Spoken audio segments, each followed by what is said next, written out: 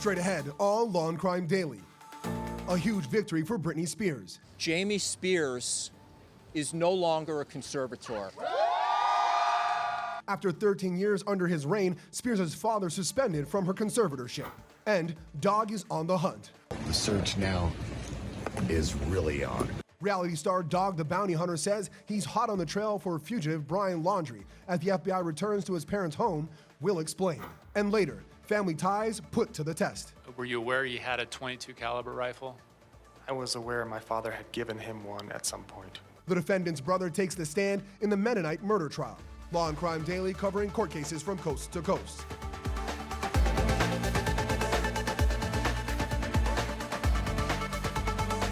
Welcome everyone to Law&Crime Daily. I'm Brian Buckmeyer along with Terry Austin. It's official. Britney Spears' father has been suspended as a conservator of her estate. A major victory for the pop star in her quest to bring the 13-year conservatorship to an end. Law&Crime's Anjanette Levy is here with what Britney and Jamie Spears are saying about the suspension. Brian, as you can imagine, Jamie Spears is not happy about this suspension, despite his calls to end the conservatorship. But for Britney Spears and her fans, this brings her one step closer to freedom. Jamie Spears is no longer a conservator. It's the day Britney Spears and her fans have been waiting for years. Judge Brenda Penny suspended Jamie Spears as conservator of Britney's estate. Her attorney, Matthew Rosengart, says the suspension will allow him to examine communications between Jamie Spears and his advisors. The attorney-client communications between Mr. Spears on the one hand and his lawyers on the other, I believe will reveal corruption in that regard. I don't know what's going to happen after this comes out. The suspension comes after the release of 2 new documentaries about the conservatorship. Controlling Britney Spears by the New York Times claims Spears' security team eavesdropped on her and surveilled her at her father's request. His attorney says they analyzed those claims and the documentary is, quote, not evidence. Jamie Spears had filed documents to terminate the conservatorship. His attorney issued a statement calling the latest hearing a loss for Britney. Vivian Thoreen said, respectfully, the court was wrong to suspend Mr. Spears, put a stranger in his place to manage Britney's estate, and extend the very conservatorship that Britney begged the court to terminate. Despite the suspension, Mr. Spears will continue to look out for the best interests of his daughter and work in good faith towards a positive resolution of all matters. Free Britney! Free Britney! Spears' fans gathered en masse outside the courthouse to show their support. This is bigger than Britney. This is for all the thousands of people that are in corrupt conservatorships. We will keep advocating until Britney is a completely free woman, which hopefully will happen at her next hearing on November 12th. And on Instagram, Spears posted a video of her learning to fly a plane, saying on Cloud 9, new pics coming soon. That's just crazy. Wow, thank you. Now back to those claims that the security team was eavesdropping on Britney Spears. Her attorney, Matthew Rosengart, said he expects law enforcement to look closely at those allegations and other things involving Britney Spears and Jamie Spears. The next hearing is November 12th. Brian? Thanks, Anjanette. Joining us today is criminal defense attorney Mike Correspondent and Terry Austin. Mike, many people suspected foul play in Jamie's handling of Britney's finances. Do you think that this order to turn over 13 years of records will resolve those worries? I think that's a very smart move by the court, because by turning those over, that'll close any sort of mysteries there, and we will find out whether or not, in fact, there was any fraud, or was this conservatorship truly in her best interest of Britney Spears, which it's supposed to be. And I think those 13 years of documents will show. Going to be interesting to see how that plays out. Terry, Jamie is out, and a hearing to terminate the conservatorship is set for November. Do you think this is the beginning of the end for the conservatorship? I do think it's the beginning of the end, no doubt about it. I think when Britney hired her new attorney, Matthew Rosengart, that was the beginning of the end. He took it upon himself to help her get an accounting. Now her father has been suspended as a conservator. And I think he's also looking at the rest of the estate. Jody Montgomery is really the conservator of her person, and Britney has said in the past that she's happy with Jody Montgomery. But we just saw that very recently Montgomery declined now to ask for money for security for a security team. Apparently she'd been getting threatening emails, so she's backing off a little bit. I definitely think we're going to see an end to the conservatorship probably at the next hearing. Yeah, that hearing is just right around the corner. And Jeanette, there is still a conservator of the estate for now, though. Who is it? Yeah, his name is John Zabel. He is a CPA, and he was actually selected by Matthew Rosengart and Britney Spears and approved to take over as a temporary conservator by Judge Penny. Jamie Spears, though, is calling him unqualified and believes he could be putting her finances and her estate in danger. So we'll see how long this lasts. John Zabel is not the person they initially selected. They had initially selected another person, but now they've brought John Zabel on board instead. All right, we still got a lot more updates as this saga for Britney Spears continues. And of course, we'll give you those updates as they continue in the Free Britney saga. Thank you, everyone. More updates now on the federal trial against Elizabeth Holmes, former Theranos lab associates stating under oath they stopped using the company's device after just 1 month. They say it's because the tests weren't providing streamlined results. This week, Dr. Victoria Sung took the stand detailing her work done with Theranos. Sung worked for biotech startup Celgene, a company that collaborated with Theranos from 2009 to 2012. Sung testifies the companies worked together for just 1 month before Celgene ended its deal with Theranos due to varying test results and validation issues. Founded back in 2003, Holmes claimed the now-defunct Theranos would revolutionize blood testing. Later investigations found many issues with its programs. The former billionaire faces 12 fraud charges in connection to her time with the company. Turning now to Arkansas, where child pornography charges will stand against reality TV star Josh Duggar. Duggar rose to fame as the eldest son on the TLC show 19 Kids and Counting. In April, Duggar was charged with 2 counts of downloading and possessing child pornography. Duggar pled not guilty. He faces up to 20 years in prison and fines up to $250,000 on each count if he's convicted. On Monday, a federal judge denied motions from the defense seeking to dismiss the charges, stating that investigators took Duggar's phone and questioned him without a lawyer present. The prosecution argued that the defendant was not in custody and he voluntarily chose to speak with investigators. His trial is set to begin on November 30th. Still ahead on Law and Crime Daily, friends and roommates take the stand, recounting the last moments they saw Sasha Krause alive.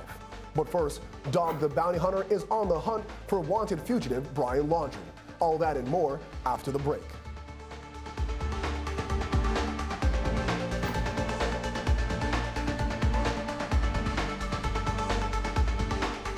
Hi, this is Dan Abrams with exciting news for all of our Law and Crime followers on YouTube. You can now get the live Law and Crime Network with YouTubeTV for all of your daily live trial coverage, legal news, expert analysis, and original true crime programs. Subscribe to YouTubeTV today and then locate Law and Crime in the channel guide. And for only $1.99 a month, you can add the network to your bundle. Watch Law and Crime every day with YouTubeTV. We put you in the jury box.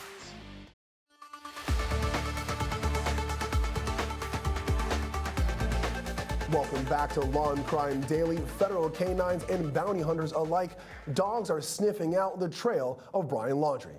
The FBI collecting Laundrie's personal items for canine officers as Dog the Bounty Hunter narrows in on the campground Laundrie visited before his disappearance. This would be and could be a perfect spot for him to hide. Not too many people out here, but there's a lot of environmental things that we're going to fight. The bounty hunter star is focusing his search on the Fort Ducito campground area, where Laundrie and his family went camping earlier this month. The FBI has also obtained surveillance video from the area to analyze. Meanwhile, agents arrived at the Laundrie family home on Thursday to collect personal items for canines to sniff. This, as the Laundrie family attorney confirms Brian bought a brand new cell phone after returning home from a cross-country road trip without Gabby Petito. The attorney also says Brian left that phone at home before he disappeared. Laundrie has been at large for more than 2 weeks as the FBI manhunt in the Florida Reserve continues. Laundrie was last seen on September 14th when he left his family home without that cell phone or a wallet. As a Laundrie family attorney, Stephen Bertolino continues to make comments about the case. Former America's Most Wanted host John Walsh put him on blast. There's a special place in hell for Stephen Bertolino. He's doing the Johnny Cochran, O.J. Simpson, I'm going to get this kid off and get my 15 seconds of fame. He's been colluding with the family. Now, this is all my own opinion. So when it comes time to get him for doing this and giving all these red herrings and sending these cops into the swamp to waste hundreds of thousands of dollars, he's going to say, I didn't know what would happen. It's lawyer-client privilege. All right, let's bring back criminal defense attorney Mike Correspondent via burner phone and co-host Terry Austin to discuss the latest in the search for Brian Laundrie. Mike, you and I are defense attorneys who firmly believe in innocent until proven guilty. But Laundrie's on the lam. There's a rumor about a burner phone, him leaving the wallet and the phone before he disappears. How hard would it be to keep that presumption when he's caught? Well, he's always going to have the presumption because that's what our Constitution guides us with, until a jury finds differently. The problem is, though, is this is not looking very well for the defense in this matter, because it does look like there's a lot of information that is being held about where he is. There is attorney-client privilege up until acts committed. But after those acts are committed, any furtherance, which is pointed out, if he is escaping and these things are throwing officials off the hunt, for lack of a better term, it is going to be problematic for the defense, and I think they need to be very careful. The other thing is, though, Brian, I'm really not so sure if, in fact, he may not have harmed himself, because this is a very complicated case, and I'm sure we're going to see some mental health issues in this case as well. Absolutely. Now, Terry, John Walsh didn't mince his words. Do you feel that the Laundrie family and their attorney are helping themselves or Brian at all with their comments? I think they are not helping themselves. Christopher and Roberta Laundrie have actually been silent, and they've been talking only through their attorney. And the attorney is basically saying that they have no idea where their son is. And I don't think that's helping, particularly since he returned from the trip without Gabby, who was living with them. It doesn't make sense. It's hurting them. Yeah, we'll see how this all plays out as the manhunt for Brian Laundrie continues. Thank you both for your input. On to the latest twist in the Murdaugh murder mystery. Reports now say Alec Murdaugh's wife met with a divorce attorney ahead of her murder. Back in June, Maggie and Paul Murdaugh were found murdered on their family property. 6 weeks earlier, it's alleged that Murdaugh's wife, Maggie, met with a lawyer to discuss ending her marriage to Alec. In a statement to Law&Crime, a spokesman for Alec Murdaugh says that claim is inconsistent with what they have seen over reviewing years' worth of text messages between the couple that show a happy and loving relationship. This comes weeks after Murdaugh turned himself into police, admitting he hired a hitman to kill him so his surviving son would receive an insurance payout. Murdaugh survived the scheme and is facing criminal prosecution. Coming up on Law&Crime Daily, the latest testimony from the Mennonite murder trial. What the defendant's brother says about their history with the Mennonite faith.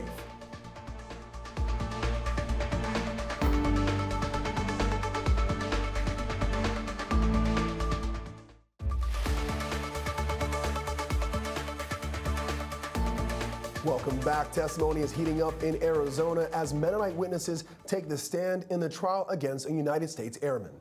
22-year-old Mark Gooch is accused of kidnapping and murdering 27-year-old Sasha Kraus, a member of a New Mexico Mennonite community. Gooch is charged with first-degree murder, kidnapping, and theft. He pled not guilty to all charges. Kraus was last seen shopping for Sunday school supplies in January 2020. About a month later, her body was found near Flagstaff, Arizona. At the time, Gooch was stationed at an Air Force base in Phoenix. An autopsy revealed Kraus died of blunt force trauma and a gunshot wound to the head. A crime lab reported that the bullet taken from Kraus's skull was fired from a gun that Gooch had in his possession. Cell phone records put Gooch in the area at the suspected time of the crime. This week, members of the Mennonite community were called to the stand to recount the moment they realized Sasha Kraus was missing. Later that evening, did you get a phone call about Sasha? Yes, later that evening, it was about 3:30 in the morning. Lucinda Hurst called me and woke me up and said, "Do you know where Sasha is?" Okay. When you got that phone call, did you take any action at that time? Yes. Samuel was beside me and he said, "What's wrong?" And I said, "Lucinda says Sasha is missing." Okay. Did you leave the house to go help at that point? I did not. What about Samuel? Yes, he did. He got up. He said, "Well, I can hardly believe she's missing.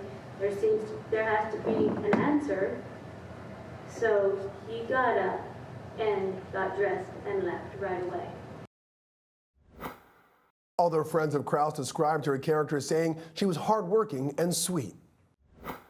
Was there any difficulty in your relationship? There was some toward the last, yes. Okay. Difficulty is my word, but how would you describe it? What was going on? Difficulty is a good way to put it. Stress. Okay. And what was that related to? Oh, it was all my fault. Okay. In what way? So we were coworkers, and I wasn't keeping up my end of the load. And Sasha, instead of coming to me and telling me, I wish you would carry your load better, I wish you would change what you're doing, she just sweetly just started sort of taking over what I was not getting done. On Wednesday, the defendant's brother took the stand to testify. Samuel Gooch was given 3 months probation for a separate but related case where he pled guilty to the felicitation to commit hindering prosecution for getting rid of the rifle that his brother allegedly used in the shooting. He also helped his brother by covering his tracks digitally. After his arrest, did Mark ask you to remotely wipe his phone? Yes, I believe so. And not just his phone, but the SD cards as well? Based on the transcripts, that is correct. You remember when that conversation occurred? I believe it was shortly or within a few days of his arrest. When we come back, damning text messages made against the Mennonite people. The Mennonite murder trial continues after this.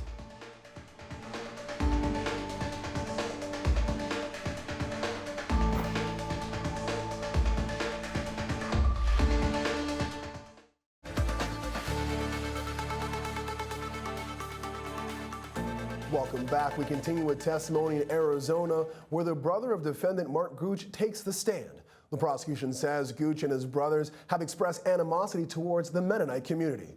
On cross-examination, Sam Gooch denied any sign of hatred towards Mennonites, but that was challenged on redirect. Any expression of animosity against the Mennonite church? And I think you said he never expressed animosity, right? Not animosity. They occasionally have conversations. The Mennonites would occasionally be referenced, but it was not a large part of our conversations. All right, but if it wasn't animosity, what was the feeling around the Mennonites?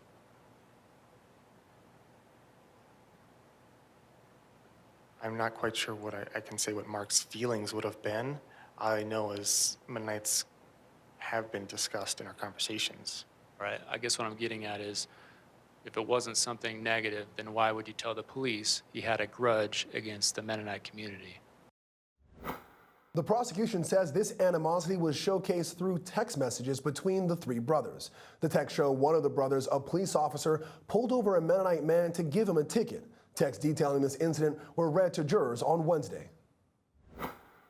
So your brother Jake, the police officer, indicates he just gave a Mennonite a ticket. This is a group text, right, to you and Mark Gooch? Correct. And what was Mark Gooch's response? Yes. Yes, and how many exclamation marks? 4. All right, and then what's his next text from Mark Gooch? I hope you treated them like. What was your response?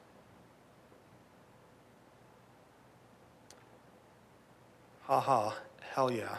Tell them the VA state police doesn't like cultists. All right, and then Jake Gooch talks about coughing. Can you read that?